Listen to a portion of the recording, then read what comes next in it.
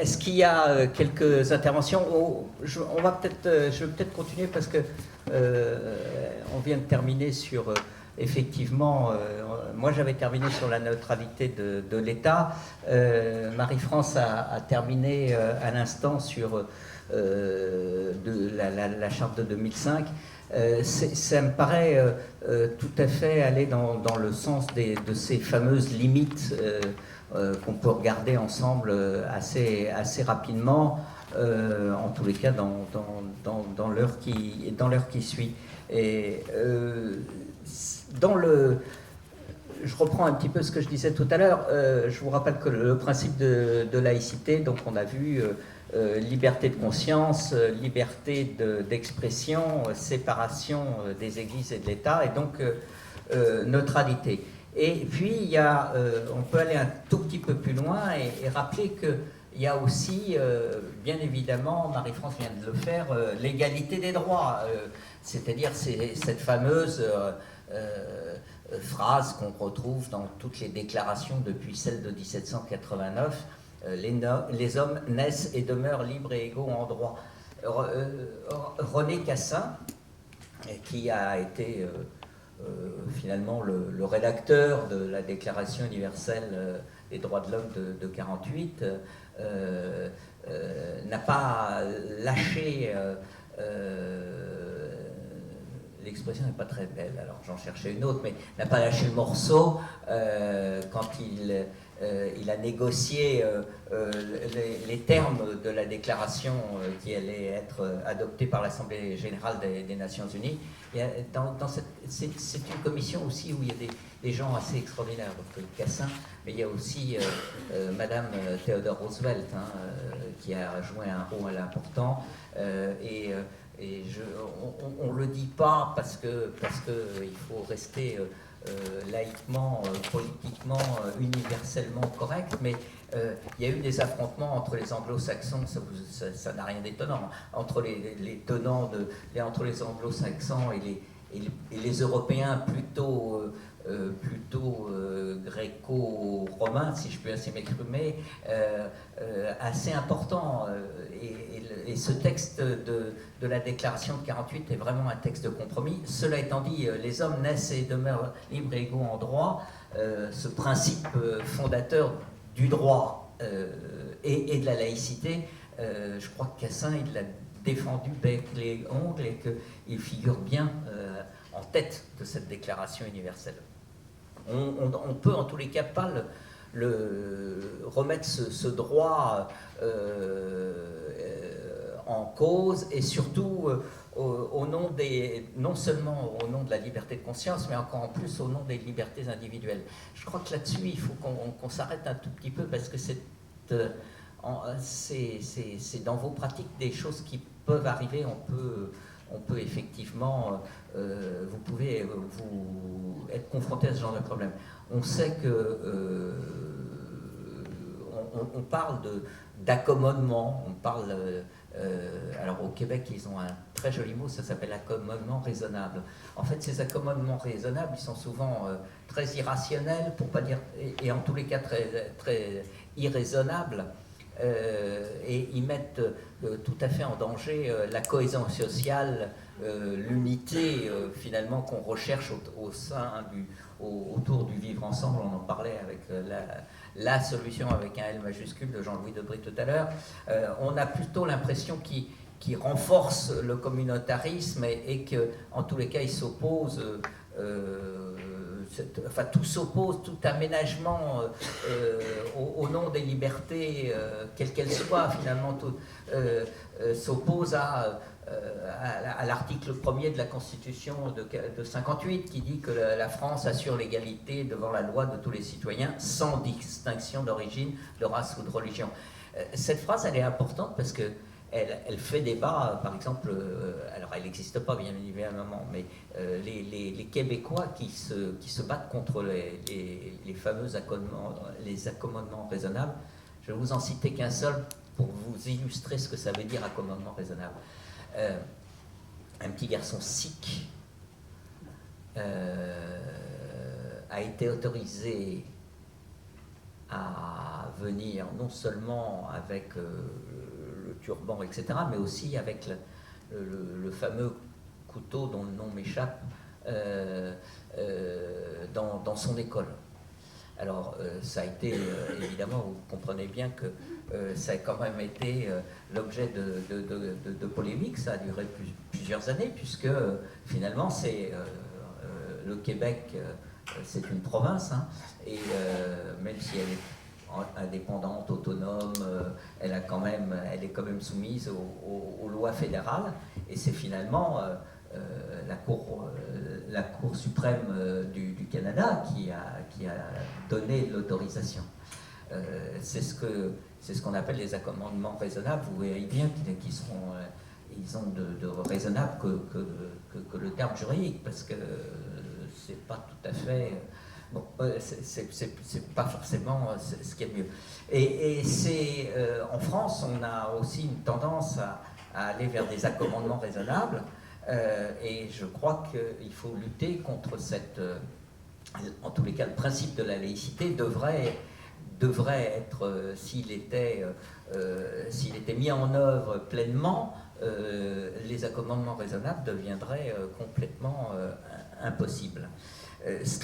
Dans ce principe de laïcité, dans ce système qui veut que le vivre ensemble prime, bien évidemment, il faut savoir accepter l'autre, il faut savoir respecter la culture de l'autre. Et c'est aussi... alors on cite toujours cette phrase de Saint-Exupéry. En fait, si vous lisez l'œuvre de Saint-Exupéry, elle n'existe nulle part. Donc, elle a été fabriquée à partir de l'œuvre de Saint-Exupéry. C'est « Si tu diffères de moi, loin de me léser, tu m'enrichis ». Cette phrase, elle est très belle. Hein. Franchement, elle est très belle. Cela dit, elle n'a jamais existé dans l'œuvre de Saint-Exupéry, mais bon, elle est, si vous la voyez, si vous prenez Wikipédia, si vous prenez un certain nombre de livres sur la laïcité, si vous allez au musée au musée de la franc-maçonnerie au Grand Orient de France, rue Cadet, vous allez voir cette phrase, elle est au fronton donc et elle est toujours signée Antoine de Saint-Exupéry. Donc on lui a attribué, et pourquoi pas finalement, il a écrit des choses il a écrit des choses tellement jolies, et Le Petit Prince, pas le film, hein, le livre, hein, faut pas confondre. Hein. Bon, donc, si tu diffères de moi, loin de me léser, tu m'enrichis, cette phrase, elle a du sens quand on évoque la laïcité, bien évidemment. Et peut-être cette semaine encore un peu plus, si l'on décrypte les discours de l'extrême droite. En fait, on retrouve ici un petit peu le côté, la philosophie de Lévinas, et le côté le visage de l'autre. Quelles que soient ses origines, quelles que soient ses traditions religieuses, quelles que soient ses conceptions philosophiques, il faut bien se retrouver dans l'autre. Et c'est un petit peu cela, c'est un petit peu ça l'humanité. C'est cette diversité qui se doit se partager, qu'on doit même peut-être cultiver. Et moi, j'ai l'habitude de dire à ce moment-là, quand je suis en face de soignants, introduisons un tout petit peu de médecine chinoise dans nos thérapeutiques allopathiques, et peut-être qu'on fera un certain nombre de progrès. Qui sait, en tous les cas, il y a des endroits, il y a des traitements chinois qui marchent très bien, même si ce n'est pas le cas de tous. Ce qui est certain, en tous les cas, c'est que accepter l'autre, c'est accepter d'aller vers une cohésion nationale plus forte. Un principe important, c'est de dire non à l'unicité, de dire non à l'unique. mais ça ne veut pas dire non plus qu'il faut dire un oui et accepter l'autre sans l'accepter. Ça veut dire que si on accepte l'autre, si on dit oui c'est oui à la fraternité, c'est oui à la solidarité. Fraternité, solidarité, c'est aussi, on en reparlera cet après-midi, mais c'est aussi bien évidemment des principes fondamentaux de la laïcité, et c'est bien eux qui vont consolider la cohésion sociale et l'indispensable vivre ensemble. Alors, quand on s'interroge un petit peu sur la place réelle du principe de laïcité dans les établissements publics en général, dans les établissements publics de soins en particulier, ça passe par la mise en perspective historique que vient de faire Marie-France. Ça passe aussi par essayer de regarder un petit peu quelles sont les limites de la laïcité à l'hôpital. Marie-France l'a dit, je crois qu'il faut garder raison, être un petit peu sérieux, ne pas s'alarmer trop, mettre en exergue, évidemment, tout ce qui peut être des attaques contre la laïcité, parce que ça existe. Mais enfin, les faits qu'on peut relater, si vous lisez la littérature, si vous regardez les rapports administratifs, si vous regardez les différentes enquêtes qui ont été faites, celle je vais y revenir là, celle de la Fédération hospitalière de France, ils sont relativement rares. Cela étant, ils sont relativement rares. Cela dit, ils ont deux problèmes, et ils soulèvent deux questions. La première, c'est que finalement, ils empoisonnent la vie des équipes au quotidien, parfois. Et ça, c'est vrai. Il y a une sorte de... dans les services d'urgence, vous vous apercevez qu'ils ont, quand vous les interrogez un petit peu, qu'ils ont cette peur, cette peur, c'est un grand mot, cette petite angoisse d'être confronté à quelque chose qui est de l'ordre de l'attaque contre les principes de laïcité. On va les passer ensemble en revue. S'il y en a d'autres, je serais très content de les noter parce que finalement on parle toujours des mêmes. Et puis la deuxième chose, c'est donc, ils empoisonnent la vie des équipes, et la deuxième chose, c'est quand même, ils s'inscrivent en hausse, même s'ils touchent qu'un tout petit nombre d'établissements. Ils s'inscrivent en hausse, on peut s'interroger pourquoi. On a plus l'impression que c'est parce qu'aujourd'hui, on en parle, parce qu'aujourd'hui, on fait des rapports, parce qu'aujourd'hui, ils remontent la hiérarchie et ils vont jusqu'au ministère. Il y en a certains qui ont sûrement existé depuis longtemps. Mais finalement, il y a une véritable...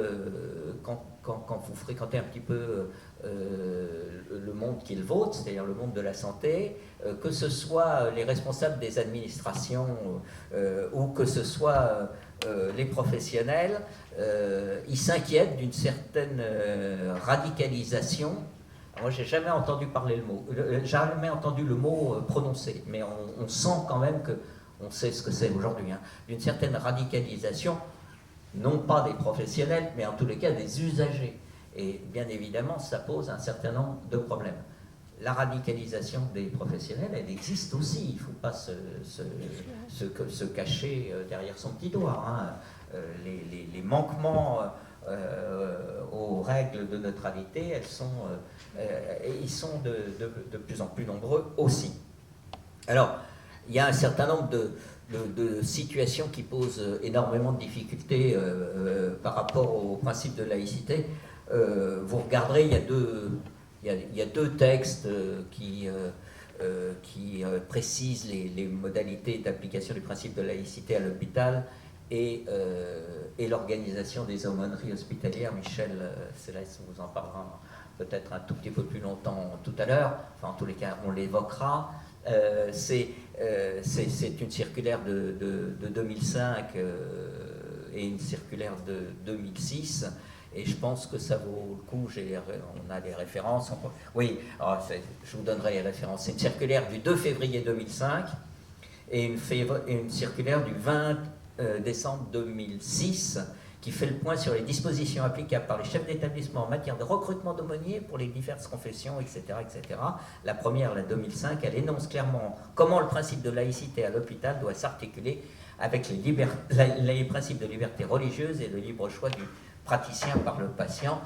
Ces deux circulaires, comme on sait très bien les faire avenue de Ségur, c'est clair, précis, bon, vous voyez ce que je veux dire. C'est-à-dire qu'en fait, on peut y trouver tout et son contraire, ce qui quand même ne peut pas beaucoup faciliter la vie ni des administrateurs, ni des professionnels de santé. Ces deux textes existent, ils font foi en quelque sorte, pardon, je n'ai rien dit, ils font foi, aujourd'hui c'est vraiment bien, mais ils doivent être respectés. Quels sont les problèmes qu'on rencontre? Alors, d'abord il y a les problèmes donc, soulevés par les usagers. Le principal, et c'est celui qui retrouve le plus facilement une solution, c'est les demandes d'alimentation spécifique. Dans la plupart des établissements, je dois dire qu'on sait faire et on sait y répondre. Le deuxième, c'est la pratique du culte ou de la prière dans les espaces communs ou en chambre double.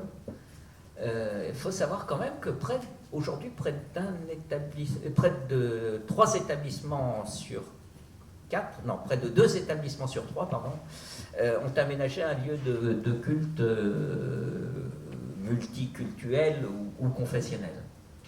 Et puis, des choses beaucoup plus graves, je dirais, parce qu'elles ont donné lieu à des décisions de justice, alors pour le coup. L'exigence d'une prise en charge d'une femme par des femmes médecins et le refus de soins pour conviction religieuse. Alors, on peut ajouter à ça d'autres choses. Hein. On peut ajouter à ça des revendications concernant l'affichage des plannings des offices religieux. Bon. La dénonciation de l'installation de crèches de Noël dans l'espace public. C'est quand même pas mal le sapin, la crèche avec le petit Jésus et même si ce sont des santons, etc. Peut-être qu'effectivement on peut y voir une atteinte au principe de laïcité. Vous savez que c'est très en question dans les collectivités territoriales, dans les mairies et dans les mairies. Alors, la provocation pitéroise est bien évidemment connue. Il y a eu plusieurs arrêts là-dessus, contradictoires. Et puis, il y a une décision condamnant le conseil départemental. Aujourd'hui, il était encore général, mais il est devenu départemental de Vendée, à retirer retirer la crèche. Oh là, ça glisse. Retirer la crèche du hall du Conseil général. Bon, on peut en porter ce qu'on veut, on va attendre tranquillement des décisions de justice un petit peu plus sûres et qui font jurisprudence, c'est-à-dire que là c'est les tribunaux administratifs, on peut s'attendre à ce qu'il y ait une décision du Conseil d'État concernant l'ensemble des collectivités territoriales qui arrivent. La tendance aujourd'hui pour ces collectivités territoriales, c'est les décisions qui ont été prises, c'est non quand ça n'a pas non quand ça n'a aucun sens culturel, non quand c'est pas dans la tradition, non, etc. Et oui quand c'est dans la tradition et les us et coutumes de la région, du département, etc. Donc oui pour les 100 ans et non pour la crèche traditionnelle en Vendée. C'est quand même un petit peu léger parce que le culturel, voilà, et on parle de la crèche seulement parce que le sapin en revanche, il n'a jamais il pose pas de problème. Hein. Ça dépend ce qu'il y a au pied du sapin, on peut dire ça aussi, mais je veux dire, le sapin classique avec les boules, ça pose pas de problème. Hein. Voilà. Oui, on peut mettre aussi des étoiles, c'est vrai. Mais c'est vrai que tout ça, finalement, ça crée des petits incidents, ça crée des petites accroches qui sont compliquées, sont parfois compliquées à gérer. Je ne voudrais pas rentrer dans les détails, mais pour ce qui est de la garantie pour les patients de pouvoir pratiquer leur religion. Le service public, très clairement, garantit la liberté religieuse des patients et permet aux usagers de pratiquer leur religion durant leur séjour à l'hôpital. Des aumôniers catholiques, juifs, protestants, musulmans sont présents ou peuvent être présents dans les hôpitaux, ça ne pose pas de problème. Leur rôle, c'est quand même d'accompagner les patients qui en font la demande et de leur permettre de pratiquer leur culte.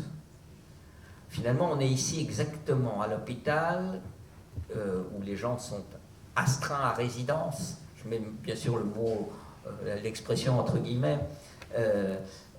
Ça ressemble exactement aux règles qui s'appliquent dans l'armée et en prison. On a là trois... Oui, je vous vois sourire, mais c'est bien évidemment, on voit bien pourquoi. Hein, il y a des contraintes de résidence là, il y a des contraintes importantes. Mais donc, au fond, en tous les cas, à l'hôpital, le droit des usagers au respect de leur conviction religieuse ne connaît aucune limite, sauf le respect de la neutralité du service public, le bon fonctionnement et les impératifs d'ordre public. C'est-à-dire, en fait, il ne faut pas que ça jette un trouble. Hein. Et puis, à l'hôpital, on a ajouté pour ce qui est de l'hôpital, il ne faut pas non plus que ça pose des problèmes de sécurité, de santé et d'hygiène. Il y a une règle, en tous les cas, qui dans tous les cas s'applique, c'est que ce soit le ministre du culte ou que ce soit l'usager, ce qui est condamnable et d'ailleurs condamné, c'est le prosélytisme. C'est-à-dire que là, il n'y a pas... Là, il faut être absolument sans pitié.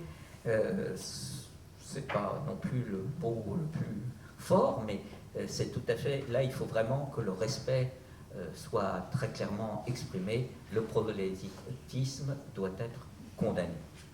Pour ce qui est de demande d'alimentation, je l'ai dit rapidement, mais le dialogue entre le patient et l'équipe permet également de trouver des solutions appropriées.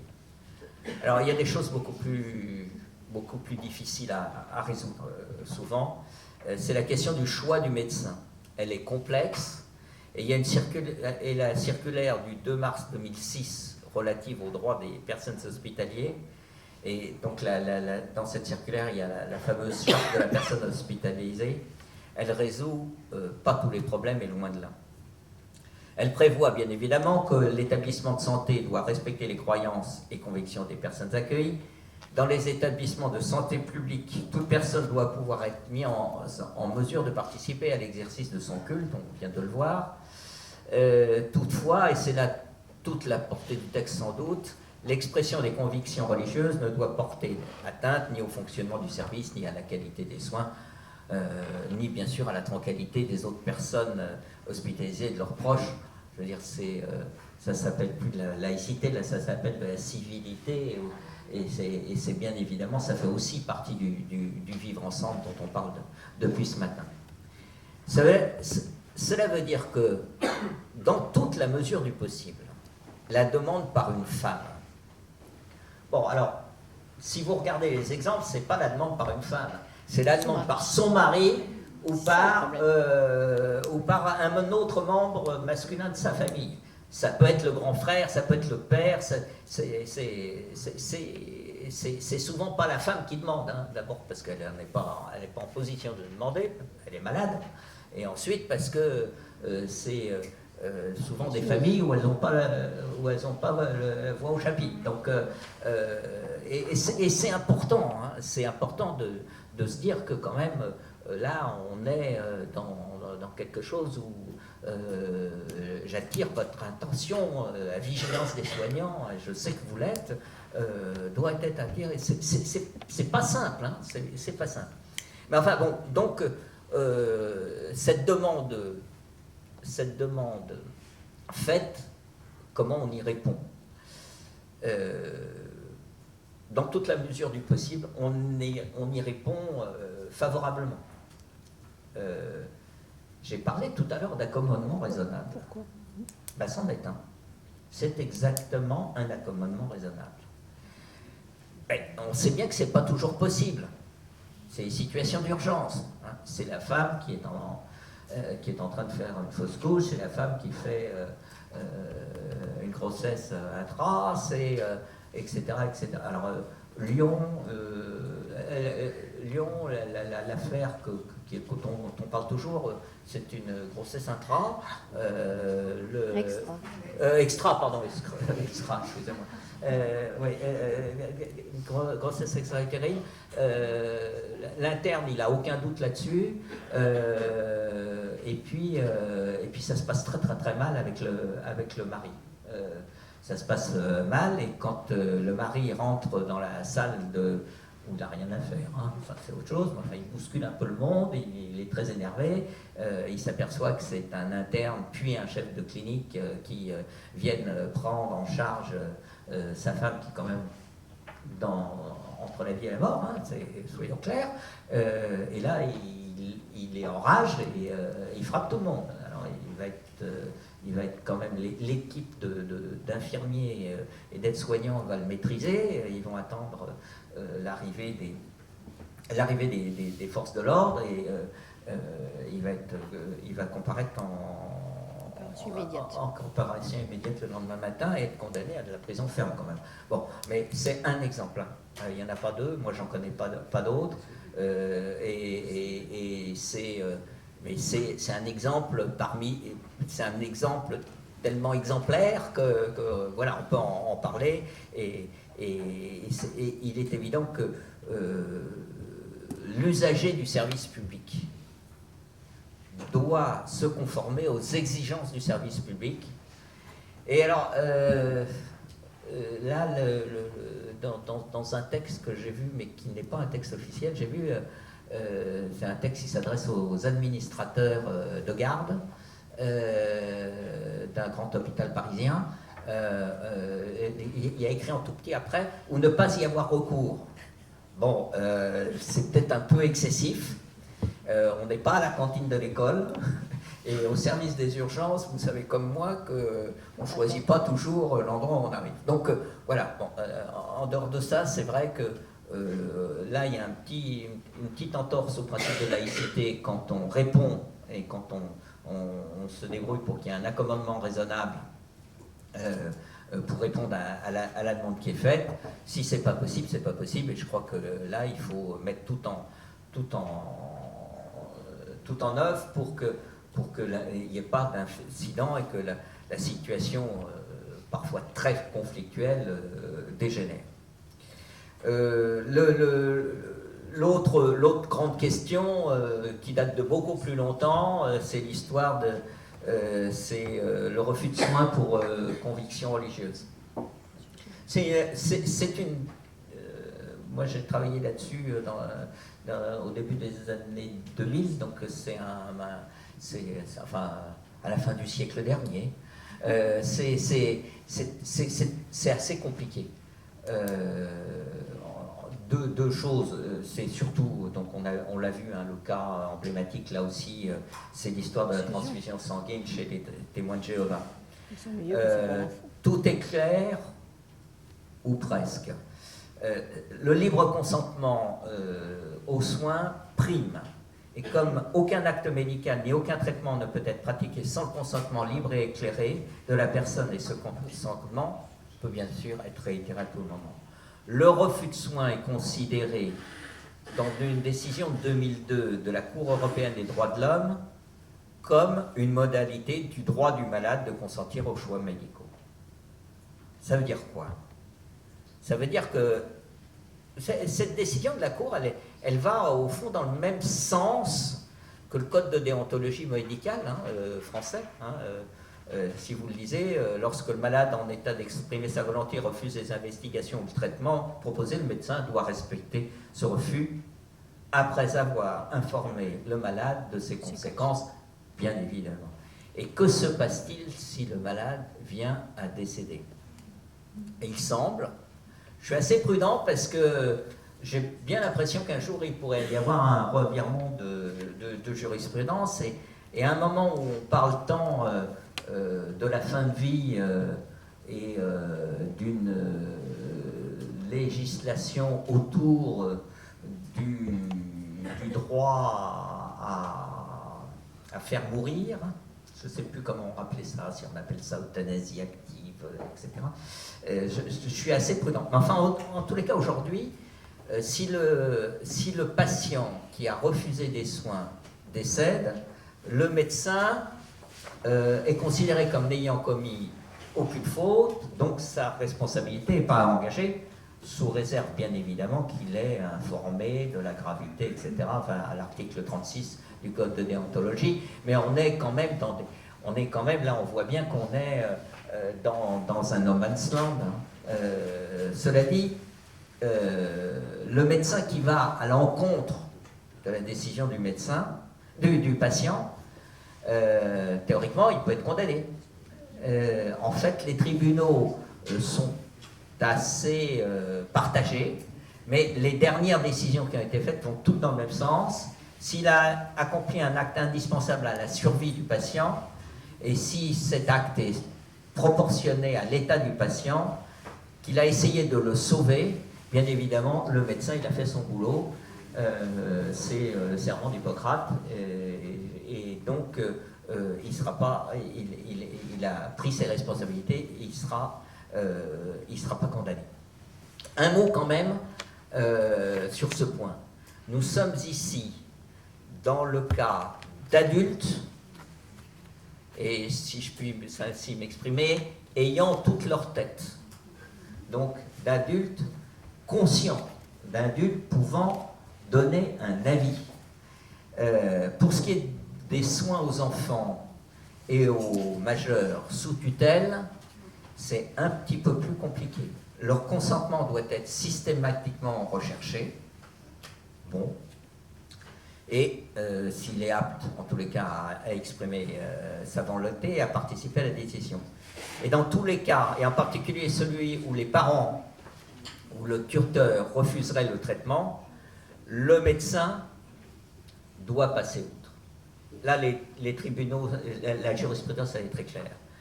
Et il doit donner les soins. Si on est en face d'enfants ou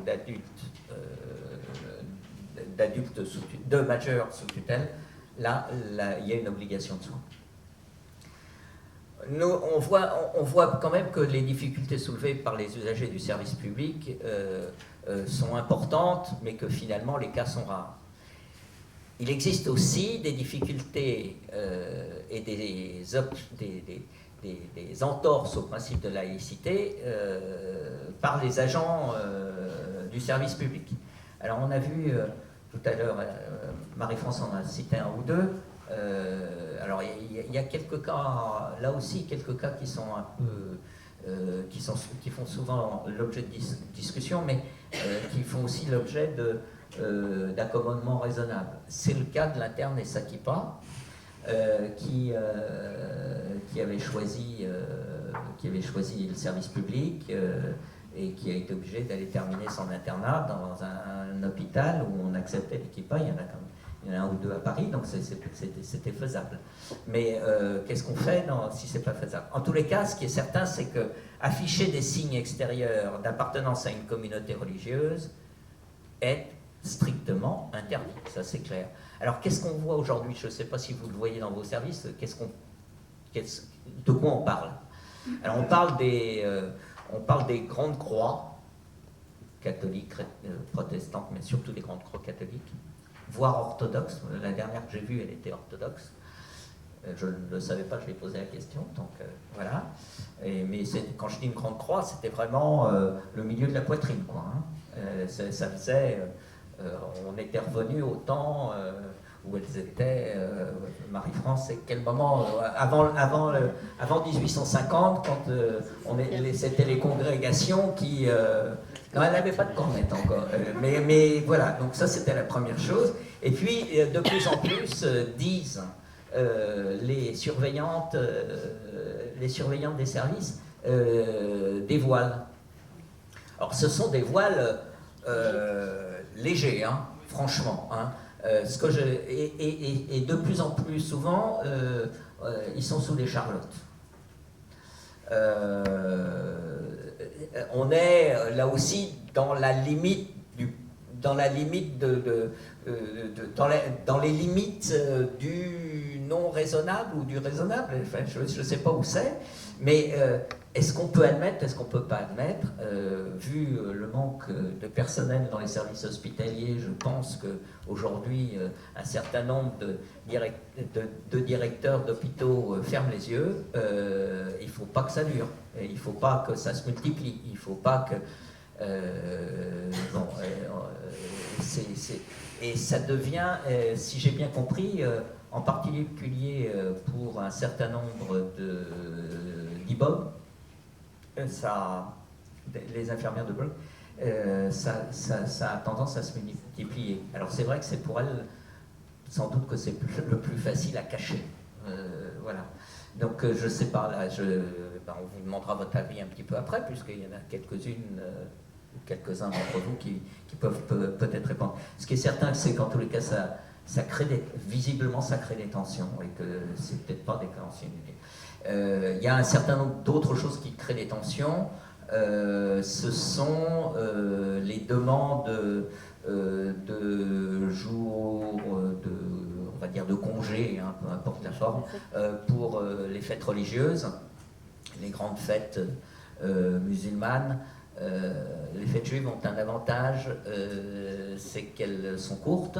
Les fêtes musulmanes sont un petit peu plus longues. Ça pose aussi des problèmes d'organisation de services. Visiblement,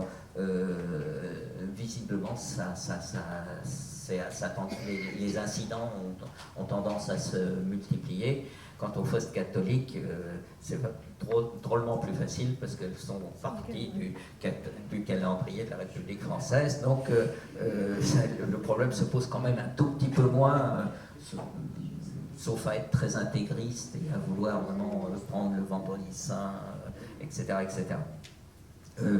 Si on reprend Marie-France a parlé tout à l'heure de cette enquête de la FHF. Il y a deux choses qui sont suggérées dans les conclusions de l'enquête pour éviter la multiplication des incidents et puis peut-être faciliter le dialogue. Alors la première, c'est finalement d'instituer plus de référents laïcité dans les établissements. Il y en a, hein, faut pas, mais ils ne sont pas assez nombreux et peut-être qu'on ne fait pas assez appel à eux. Mais je me rappelle aussi que dans les années 2000, il y avait quelques spécialistes de l'éthique et qu'ils n'étaient jamais interrogés par un certain nombre de services sur les cas, en particulier sur les cas de fin de vie. Hein. Voilà, je pense qu'il y a beaucoup d'entre vous qui connaissent ces cas mieux que moi. La deuxième chose, et c'est peut-être par là qu'il faudrait commencer, c'est de former l'ensemble des acteurs de soins, à commencer par les étudiants en médecine dans les premières années, mais aussi les personnels chargés de l'accueil. Donc je crois que là, il faut véritablement former tout le monde au principe de laïcité. Moi, j'aime bien écrire au principe au singulier, mais vous aurez compris quand même que s'il y a un seul principe de laïcité, il se décline en un certain nombre de sous-principes.